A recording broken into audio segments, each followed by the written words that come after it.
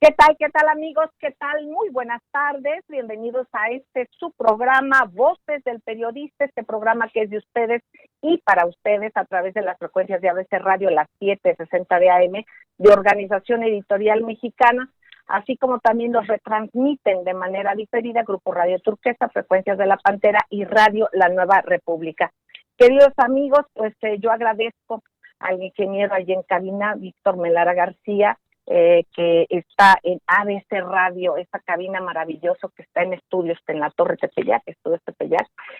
Muchísimas gracias. Y Jonathan Álvarez, gracias por el contacto también por vía las redes sociales. Nos pueden ver también de manera diferida en nuestro canal de YouTube de Voces del Periodista, queridos amigos.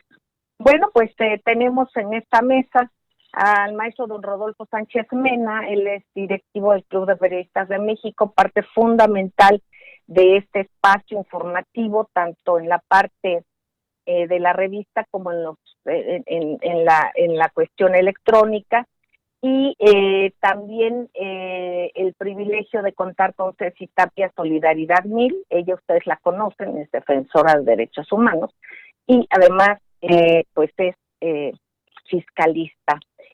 Ceci, querida, muy buenas tardes. Maestro entrañable, un abrazo, y a ustedes, queridos amigos, sobre todo nuestro cariño y gratitud a nombre de nuestro productor y director general, Maurice Salom.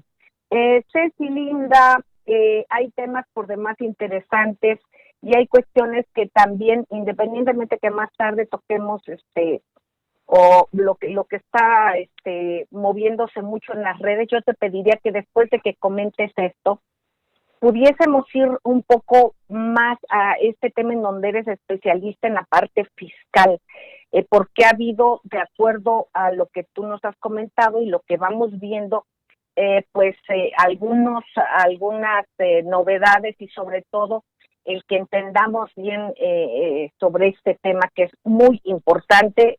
Te escuchamos con atención. Claro que sí, querida Celeste, pues muy buenas tardes al maestro Rodolfo Sánchez Mena. Como siempre, querida Celeste, es un placer estar en el programa en donde todo siempre se habla de redes. ¿Por qué se habla de redes? Porque la gente es lo que estamos manejando. Hay un detalle que es muy importante. De repente muchas noticias son negativas, muchas falsas y muchas verdaderas, hablando de inseguridad, hablando, por ejemplo, lo que pasó el fin de semana, el día de ayer, con así hay una tendencia que se llama feministas, en la que se habla muchísimo del asunto de una golpiza que le dieron a Ratita Política, que no solamente lo golpearon las feministas, pero así le llaman en Twitter, feministas, sino que además lo golpeó los policías. Entonces, eso es algo que nosotros tenemos que platicar muchísimo, porque de repente se habla de que ellas se quiere parar la violencia, pero no golpeando a los demás. Yo creo que eso sí es algo muy importante. Las redes le hablan obviamente a la jefa de gobierno, quien es encargada de todos estos temas de seguridad de la Ciudad de México, porque además, curiosamente, la Ciudad de México es la única ciudad del Estado de la República Mexicana que ya tiene el aborto, que es lo que más se ha peleado. Obviamente, la diferencia entre la violencia de género no se va a parar con un gobierno únicamente, sino tiene que ser con la sociedad, o sea, con esa corresponsabilidad, porque no se va a hacer un mejor gobierno sin una mejor persona. Y bueno, aquí el tema aquí también me permites, Ceci, querida, claro. Yo quisiera comentar que precisamente este tema es delicado por el mensaje que está dejando. ¿A qué me refiero? Estamos en un gobierno democrático, pero sin embargo, con este tipo de acciones, sí no se aprecia una equidad en el trato, digamos, en cuanto a estas marchas. Yo creo que quien más daño hace a las feministas y a su lucha, que es por demás válida, es básicamente a la parte violenta de ese grupo, ¿no? Y a la infiltración de aquellos intereses que están en desacuerdo con el gobierno y que intentan causar daños de diferente manera. Bueno, en este caso hemos visto violencia realmente brutal, como nunca antes, de que lleguen a prender incluso la puerta de Palacio de Gobierno, de llegar con fuego, de lastimar a personas tanto de las mismas marchas como también a policías, a mujeres policías. Entonces, en este caso no ha habido detenidas, o al menos, digamos, las consecuencias no las hemos conocido. Y de alguna manera se están dañando bienes, aunque por supuesto las vidas son más valiosas, pero una cosa no justifica la otra. Y yo creo que una marcha derivada por la violencia no puede traer que con violencia estés pidiendo pacificar e ir por una justicia que se debe, obviamente, para las mujeres en casos de feminicidios y de todo esto. Pero aquí son grupos de choque que están haciendo esto, la mayoría, ¿no? En cuanto, no la mayoría de las feministas, sino digamos de estos grupos que se violentan. Otras personas se contagian de lo mismo, de la misma ebullición de la que van en las marchas feministas. En este caso ayer fue una cosa que nada tenía que ver con eso, de que fueron a grabar aspectos de estos días de muertos, de estas festividades nacionales, queridos amigos. Y sin embargo, si uno ve los videos, al menos lo que está en la red y lo que se estaba pasando en vivo, pues nunca hubo una grabación lasciva o en contra o abuso o denostando a las mujeres, al menos los que yo he visto y que están circulando.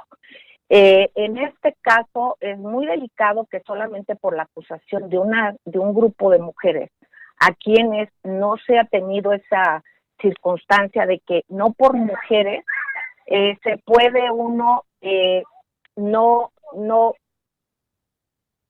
perdón, ¿sí estoy al aire?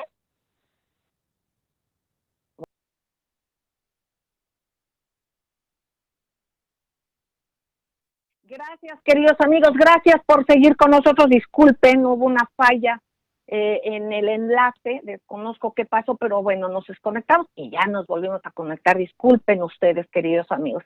Bueno, seguimos aquí en el comentario del mensaje, que hay que tener mucho cuidado cuando estamos en medio de un golpe blando, de estos que tanto ha analizado el maestro don Rodolfo Sánchez Mena y de los que nos ha platicado, que hay muchos intereses que están infiltrados en todos lados. Entonces, aquí yo creo que si se va a hacer justicia, se tiene que hacer siempre, no es de que a veces sí y a veces no. Y con todo respeto, yo creo que se tiene que revisar muy bien este caso, al menos en lo que se ve y en lo que se conoce de ratita política, pues no es una persona que sea agresiva ni que falte el respeto. Y iba con su esposa, o sea, esto realmente pues es un absurdo y de alguna manera ojalá esto se resuelva y que también pues se ve a quien acusa falsamente, porque mentir a autoridad ya es un delito. Entonces que se persiga igual y que no por cuestión de género o cuando seamos agresivos, entonces no se nos haga nada porque entonces somos agresivos. Yo creo que aquí hay que cortar parejo, hay que ver, hay que esperarnos a ver qué pasa.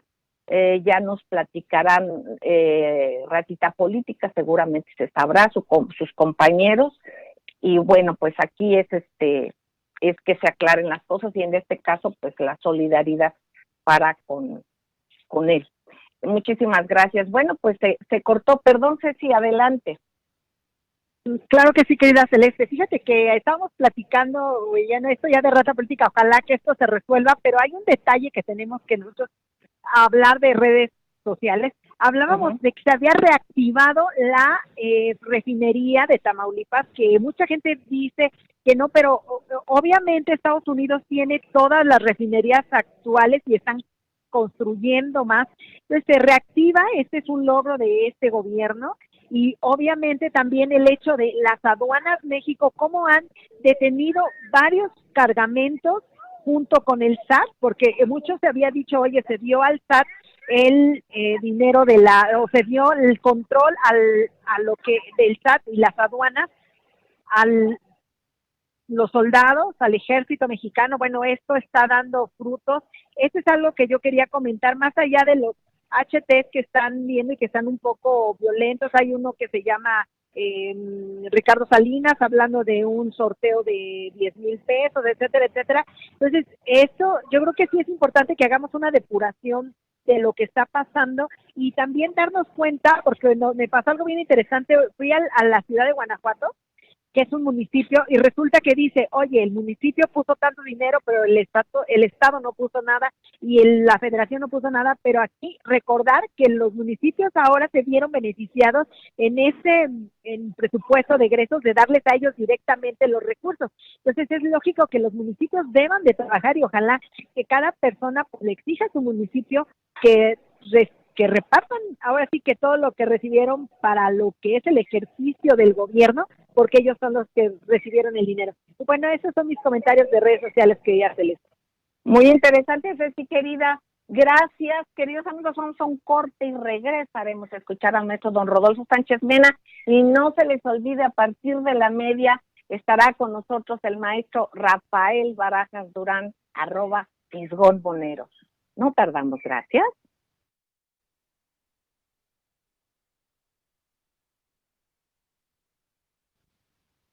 Gracias, queridos amigos, gracias por seguir en Voces del Periodista en esta mesa. Ceci Tapia, Solidaridad 1000, y escucharemos ahora al maestro Rodolfo Sánchez Mena. Maestro querido, vamos viendo, pues estamos a un día ya de las elecciones en Estados Unidos. Sale una nota que en la cuenta de Twitter de Joe Biden recibió, dice así, un impulso considerable dentro de las 2 semanas posteriores a la selección de Kamala Harris como su compañera de fórmula el 12 de agosto, gracias a decenas de miles de seguidores falsos, comprados en granjas de bots de la India. Entonces, bueno, maestro querido, otra cosa que vimos también es, esto lo hablo por la importancia de las redes, y también por cómo intervienen quienes manejan o quienes son la cúpula de estas redes, que nos damos cuenta que también bajaron en días pasados, ya lo comentamos aquí, a Trump, tanto de Twitter como de Facebook. Entonces nos vamos dando cuenta que obviamente el candidato de los grandes medios de comunicación y de los intereses muy identificados con Hillary Clinton, ¿verdad? Y con Obama, con todo este grupo, bueno, obviamente son los medios de comunicación. Entonces eso deja poco claro que nos demos cuenta realmente qué es lo que pasa, precisamente por esta guerra de desinformación. Maestro querido, yo le pregunto, si fuera usted tan amable, si nos comparte precisamente cómo es la votación, las votaciones allá en Estados Unidos, con esto de lo que es el colegio electoral, esa estrategia que se ha tenido, maestro querido, y cómo se maneja todo esto, y qué es lo que usted va viendo a unas horas antes de que inicien las elecciones. Gracias, maestro. Con mucho gusto, Celeste. Primero, pues vemos cómo toda la estrategia cibernética que apareció con la empresa Cambridge Analytica, ¿sí? en la pasada elección, cómo las redes sociales y los grandes conglomerados de estos medios fueron muy importantes en las elecciones.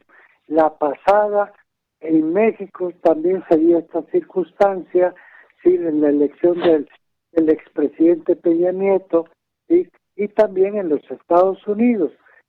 Pero, bueno, pues ¿de qué se trata esto? Pues es la manipulación que se hace en base a los perfiles de los votantes. ¿Sí? Los votantes manifiestan a través de las redes sociales claramente cómo son sus potenciales electores. Entonces, a través de estos bots, de estas granjas, lo que se maneja claramente es inducir supuestamente resultados, ¿sí? y estos se configuran a partir de los perfiles que provienen de medios como Facebook, etcétera, ¿no? Entonces, es decir, este trabajo pues hoy se está refinando con todos los aspectos que tiene la inteligencia artificial, que trabaja pues a base del famoso Big Data, que es el manejo de grandes masas de información que son procesadas y vendidas para empresas como estas, que desde la India tienen una plataforma para enviarlos hacia los Estados Unidos y tener la opción de escapar a cualquier sanción o cualquier juicio en el país donde se están generando esta inducción supuesta de triunfos por adelantado. ¿Cómo estamos en este momento a unas horas de la elección cuando 536 votos del colegio electoral definen en realidad los resultados, quién va a ser el presidente? Los electores del colegio electoral eligen al presidente. ¿Y cómo lo eligen?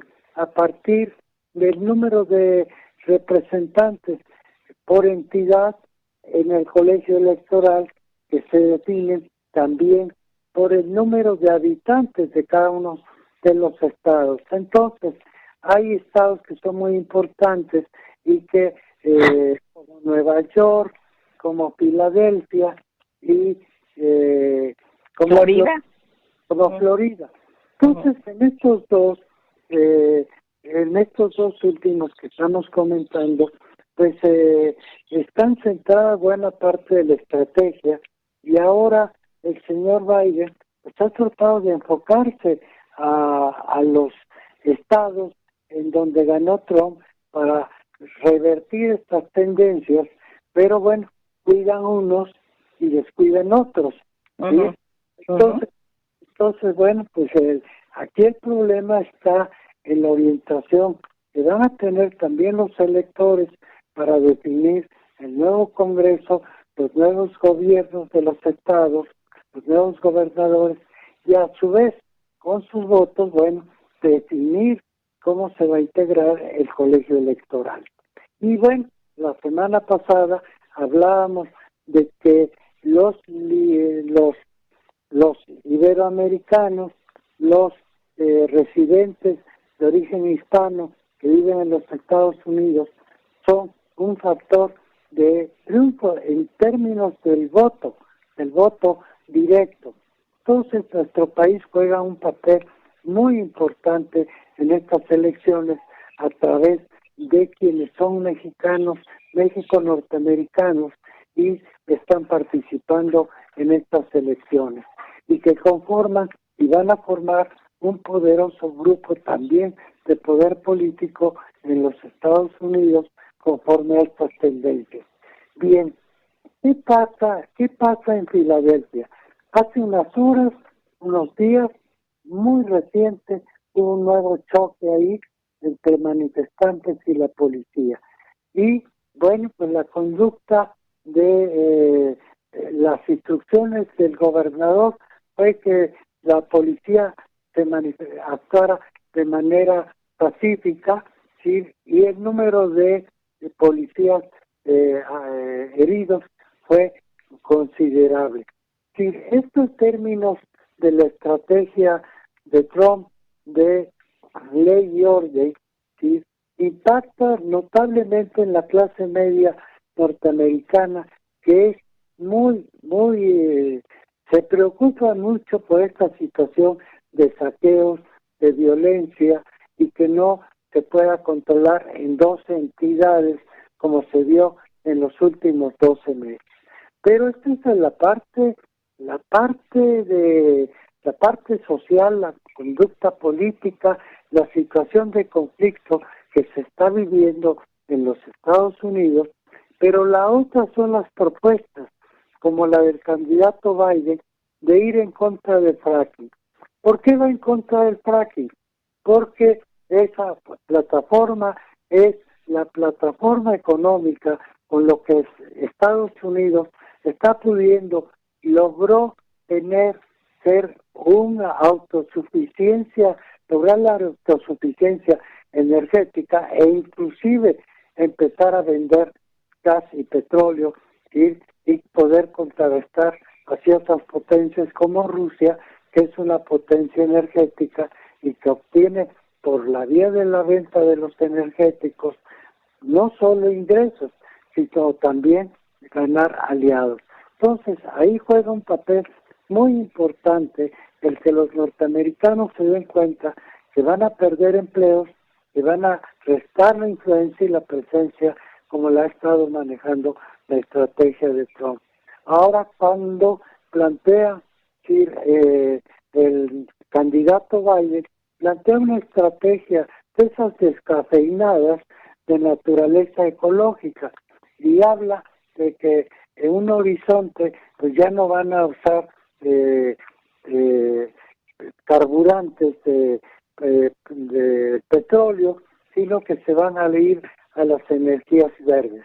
Y lo interesante de esto es que China, por ejemplo, también habla en términos de que va a acabar el uso del carbón, pero el uso del carbón en 30 años, ¿sí?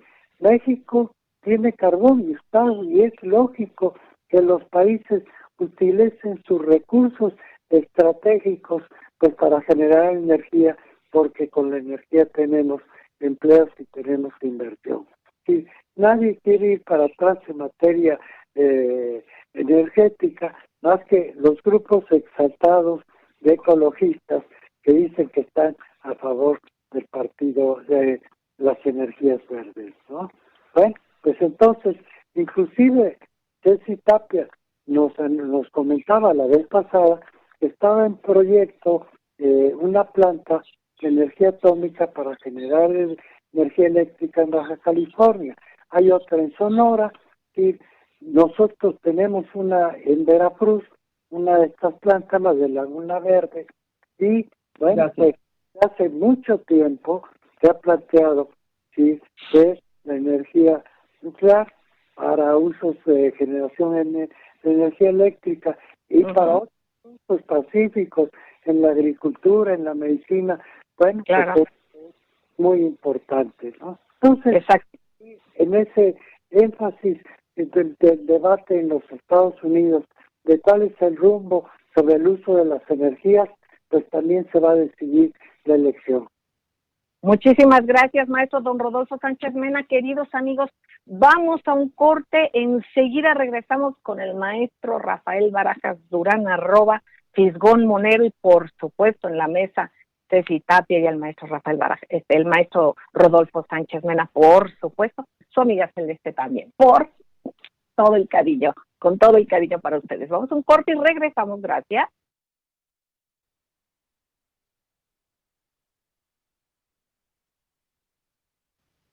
Gracias, queridos amigos, gracias por seguir con nosotros en las frecuencias de ABC Radio, las 760 de AM de Organización Editorial Mexicana, este gran grupo multimedia que promueve la pluralidad, y usted lo constata con este programa precisamente. Y bueno, por supuesto, con toda la programación, ¿verdad? Pues, queridos amigos, escuchamos en el bloque pasado al maestro don Rodolfo Sánchez Mena y a Ceci Tapia, Solidaridad Mil también, y ahorita agradecemos mucho la presencia en esta mesa, como siempre, en este su programa, maestro a Rafael Barajas Durán, @Fisgón Monero. Maestro querido, para que nos dé su punto de vista, ¿cómo ve usted este movimiento, esta especie de ensalada de agrupación de todos los grupos, digamos, que están en contra, porque ha sido abiertamente así, unos más evidentes, otros menos, el gobierno del presidente Andrés Manuel López Obrador? Aquí se manifestaron abiertamente los partidos, al menos el PAN, el PRI y el PRD, respondiendo a una invitación de esta organización Sí por México, pues para unirse, al menos esto se vio en las redes sociales, ¿no? Entonces, vamos viendo todo esto. ¿Qué opina usted? Incluso, precisamente, sale una nota en el Universal en donde incluso ya dice Margarita Zavala que México Libre estará abierta a recibir propuestas y establecerá conversaciones con las distintas opciones políticas, ya casi que está en oferta. Entonces, esta es una situación de sumarse todos, ¿no? Como para ver si se puede. Obviamente aquí esto tendría dos lecturas. Bueno, obviamente ahorita la que usted nos haga, pero de así de primera mano sería que realmente ven una fuerza muy poderosa en la presidencia de Andrés Manuel López Obrador desde el punto de vista electoral, desde el punto de vista del apoyo del pueblo. Y por otra parte también, bueno, que les preocupa mucho acciones de justicia y sobre todo el discurso también del presidente de un combate a la corrupción. Entonces, el mismo presidente, esta fue parte de su campaña, ¿no? El combate a la corrupción. ¿Qué opina usted, maestro querido? Lo escuchamos con mucha atención. Bueno, mira, son varias cosas. En primer lugar, hay que entender que estamos en un periodo de ascenso de los movimientos populares en toda América Latina. Lo vimos ahora en Bolivia, claro. Lo vimos también en Chile, ¿no? Entonces, aquí hay un problema que es estructural y es el hecho de que el neoliberalismo está en una crisis profunda y se puede decir, sin temor a equivocarse, de que van a la baja, ¿no? Claro. El proyecto de ellos está en crisis. Ya fueron a la baja, maestro. Sí, no claro. Van a ir, sino exactamente. No, ya están a la baja. Están a la baja. Sin embargo, están haciendo grandes esfuerzos por reagruparse, por realinearse y por tratar de detener la oleada, digamos, progresista en toda América Latina. Sin lugar a dudas, el intento de golpe de Estado de Yanine Áñez en Bolivia fue parte de estos intentos. Este año también, no se nos olvide, se dio la famosa Operación Gedeón en Venezuela, varios intentos también por desestabilizar al régimen de Maduro, etcétera, ¿no? Y aquí lo que es claro es que lo que preocupa a todo este sector del viejo régimen es la fuerza que tiene el movimiento de la izquierda. Entonces, desde julio de 2020, si ustedes recuerdan, hubo un proyecto encabezado por 30 personajes públicos como Enrique Krause, Héctor Aguilar Camín, Jorge Castañeda, que llamaron, entre otras cosas, a unirse a los viejos grandes partidos de la era neoliberal, al PAN y al PRI, para hacer un frente común en contra del Movimiento de Regeneración Nacional. Y hay que decir que hay que recordar que hace poco salió una iniciativa, que es la de Sí por México, ¿no? Que está encabezada, entre otras cosas, que fue promovida de manera muy activa por un sector del empresariado que ha sido afectado por las medidas tomadas por la Cuarta Transformación. Ahí están Gustavo de Hoyos Pérez, está Claudia X González, etcétera, y sacaron un proyecto que se titula Sí por México. Y hace unos días este grupo presentó una suerte de agenda muy general y pidieron que todos los partidos la suscribieran. Hay que señalar que ya varios firmaron o dijeron estar de acuerdo con esta agenda, pero básicamente el Partido Acción Nacional, el Partido Revolucionario Institucional y el Partido Movimiento Ciudadano, ¿no? Y el PRD, perdón, el Partido de la Revolución Democrática y el Partido Movimiento Ciudadano. Entonces ellos ya estuvieron de acuerdo en esta agenda y hay que revisar qué implica esta agenda. La verdad, esta agenda es un saludo a la bandera, es algo muy, muy general. Se plantean democracia plena, seguridad, acceso a la justicia, combate a la corrupción, economía inclusiva, combate a la pobreza, salud y educación universal, igualdad sustantiva, combate contra la violencia en contra de el combate a la violencia en contra de las mujeres y una política ecológica. Sí, por supuesto que nadie puede estar en contra de estas iniciativas. El tema de fondo es qué autoridad moral tienen estos personajes para echar a andar estas iniciativas. Yo primero quiero recordar que uno de los motores de esta iniciativa es Claudia X González, que tenía hasta hace no mucho un grupo que se llamaba Mexicanos contra la Corrupción. Uh-huh. Me llama mucho la atención que este señor que enarbolaba la bandera del combate a la corrupción, hoy está fascinado de que firman su convocatoria el PRI y el PAN, ¿no? Exacto. Y el PRD, ¿no? Que son los abanderados de la corrupción.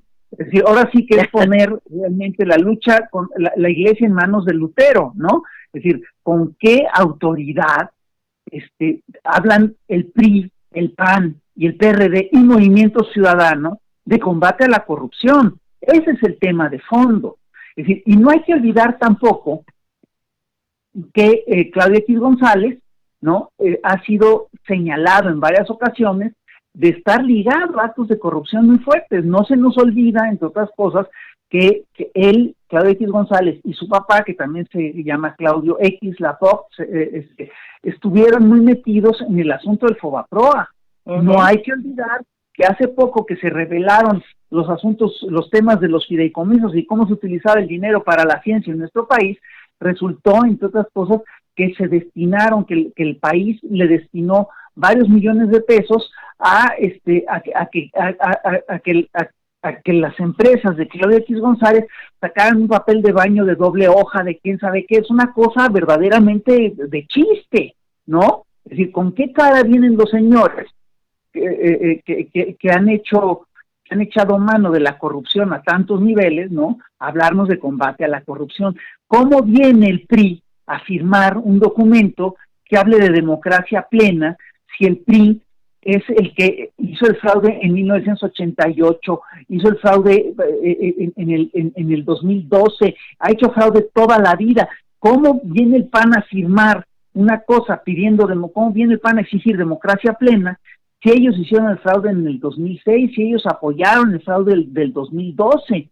Es decir, ¿cómo se atreven a hablar de seguridad estos señores que nos metieron en la guerra contra el narcotráfico? Ellos son los que desencadenaron la inseguridad en el país, ¿no? Ellos hablan de economía inclusiva cuando ellos son los que han echado a andar las lógicas neoliberales y cuando ellos son los que impulsaron esta agenda neoliberal que produjo millones y millones de pobres en el país. Ellos hablan de salud y educación universal cuando inauguraban hospitales que no terminaban, cuando se robaron 50,000 millones de pesos del Seguro Popular, ¿no?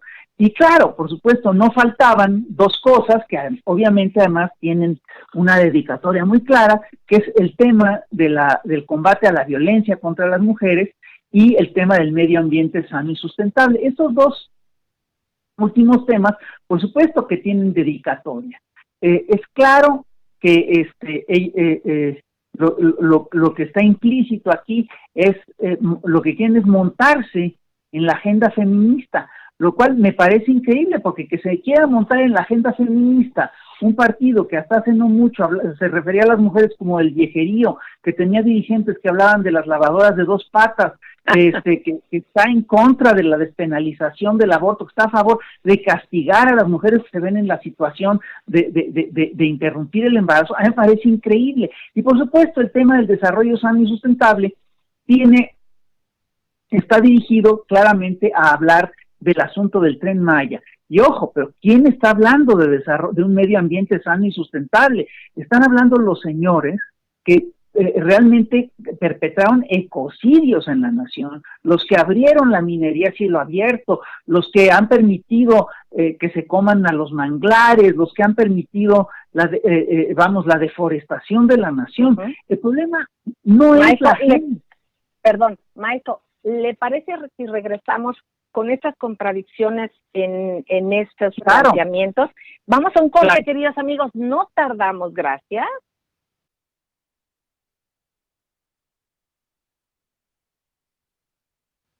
Gracias, queridos amigos, gracias por seguir con nosotros. Está usted en Voces del Periodista a través de las frecuencias de ABC Radio. Queridos amigos, continuamos escuchando al maestro Rafael Barajas Durán. En esta mesa, el maestro Rodolfo Sánchez Mena y Ceci Tapia, su servidora Celeste Sáenz de Miera. Maestro querido Rafael Barajas Durán, @Fisgón Monero. Maestro querido, si puede usted seguirnos compartiendo estas contradicciones de esta especie de ensalada que se ha sumado y que están tratando de hacer un bloque, pero digamos, muchos de esos grupos, y al partir, por ejemplo, de un partido político, pues totalmente contradictorios. Lo seguimos escuchando, maestro, con esto que nos compartía. Nicanor Parra, que es un poeta chileno fantástico, él dice que inventó la antipoesía. Tenía una serie de frases cortas, algunas con intención política, pero eran poemas, ¿no? Y había uno que decía: la izquierda y la derecha unidas jamás serán vencidas. Y esto es lo que estamos viendo con el proyecto que une, en principio, al Partido de la Revolución Democrática y al Partido Acción Nacional, ¿no? Son proyectos efectivamente totalmente antagónicos, ¿no? Y sin embargo, aquí están juntos. ¿Qué quiere decir esto? Esto básicamente quiere decir que estamos ante lo que en política se denomina un bloque sin principios. Es decir, grupos de gentes que se organizan en contra de algún proyecto, pero que no son, lo único que los cohesiona es el odio a un tercero. Es decir, no tienen ellos ninguna, no hay solidez de principios, no hay solidez de proyecto. Y esto, por supuesto, que se traduce en contradicciones flagrantes. Por ejemplo, es increíble que exijan democracia plena los partidos del fraude electoral, el PAN y el PRI. Es increíble que hablen de seguridad los partidos que tuvieron a Genaro, que pusieron al frente del combate a la delincuencia a Genaro García Luna y al general Cienfuegos. Es decir, ¿qué estamos viendo? ¿Qué implicó esto? Es decir, son los partidos que impulsaron el narcogobierno. Es decir, tú les podrías creer, o más bien, perdón por la pregunta retórica, ¿habrá alguien en su sano juicio que pueda creer que estos partidos efectivamente alguna vez buscaron defender la seguridad ciudadana? O más bien, este fue el discurso que siempre manejaron justamente para echar a andar un negocio muy criminal y muy lucrativo, que es el del narcotráfico. Yo creo más bien que es lo segundo. Entonces, eso es lo que estamos enfrentando, son los remanentes del viejo régimen, entre ellos los respaldos del narcoestado, que se buscan reorganizar para regresar al gobierno y hacer valer sus proyectos. Y además hay una cosa, y esto nos recuerda además una cosa que creo que es muy importante, que es la siguiente. Es decir, ellos perdieron, sin lugar a dudas, el gobierno, pero siguen teniendo mucho poder. Tener el gobierno no implica tener el poder. Perder el gobierno no implica dejar de tener poder. Entonces, aquí, estos grupos de interés, obviamente, se cohesionan alrededor de intereses muy claros. No tienen principios, tienen intereses. Y eso es lo que queda claro en esta movida política. Ahora bien, hay que señalar una cosa que sí es importante. Ellos están buscando cohesionarse. Y fíjate que es un tema difícil, porque estos grupos se odian entre sí. Es decir, adentro hay mucho dolor en estos equipos. Es decir, hay hasta sangre de por medio en muchos de los conflictos internos de estos partidos. Sin embargo, están haciendo un esfuerzo muy serio por recomponerse y presentar un frente común. Y aquí es donde, la izquierda, lo que tendría que hacer es precisamente también dejar de lado sus pleitos internos y presentar un frente común.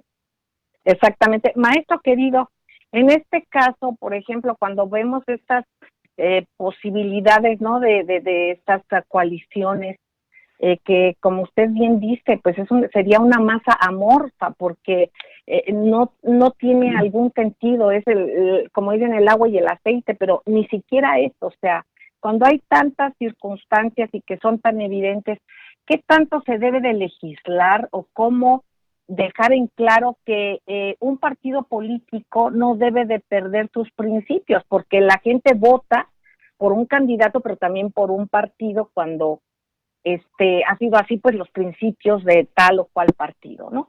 Entonces, aquí no les importan los partidos, así como también lo que dicen en campañas y dicen lo contrario, o utilizan un doble discurso, como ese que usted dice ahora que quieren combatir la corrupción, cuando precisamente lo que estamos viendo es la corrupción increíble en que